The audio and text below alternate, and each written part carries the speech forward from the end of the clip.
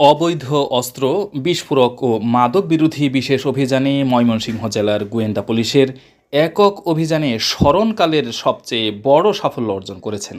4টি আগ্নেয়াস্ত্রসহ দেশীয় ধারালো অস্ত্র, নেশাজাতীয় ইনজেকশন এবং বিপুল পরিমাণ বিস্ফোরক দ্রব্যসহ 2 জনকে গ্রেফতার করে।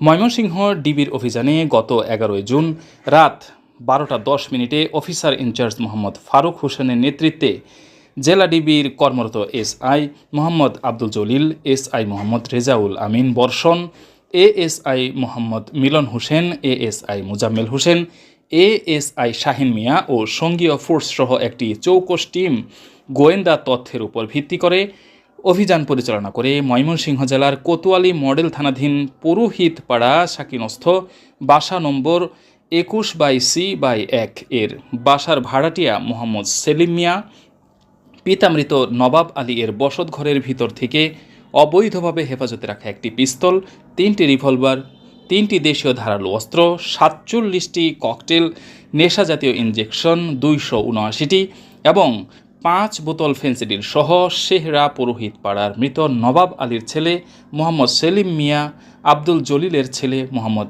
জামিলকে গ্রেফতার করা হয়। গ্রেফতারকৃত আসামিদ্বয় অবৈধ আগ্নেয়াস্ত্র, ককটেল ও মাদক কারবারি চক্রের সদস্য মর্মে প্রাথমিকভাবে জানা যায়। ক্রিমিনাল প্রোফাইল পর্যালোচনায় গ্রেফতারকৃত আসামি জামিলের নামে রুজুকৃত মাদক সংক্রান্ত 4টি মামলা পাওয়া যায়। ঘটনায় জড়িত অন্যান্য পলাতক আসামিদের গ্রেফতারের অভিযান অব্যাহত রয়েছে। 1টি পিস্তল, 3টি রিভলভার, 47টি ককটেল, 3টি দেশীয় ধারালো অস্ত্র, 279টি নেশাজাতীয় ইনজেকশন ও 5 বোতল ফেন্সিডিল উদ্ধারের ঘটনায় গ্রেফতারকৃত 2 জন আসামির বিরুদ্ধে কোতোয়ালি মডেল থানায় পৃথক 2টি মামলা দায়ের করে আসামিদ্বয়কে বিজ্ঞ আদালতে সোপর্দ করা হয়েছে।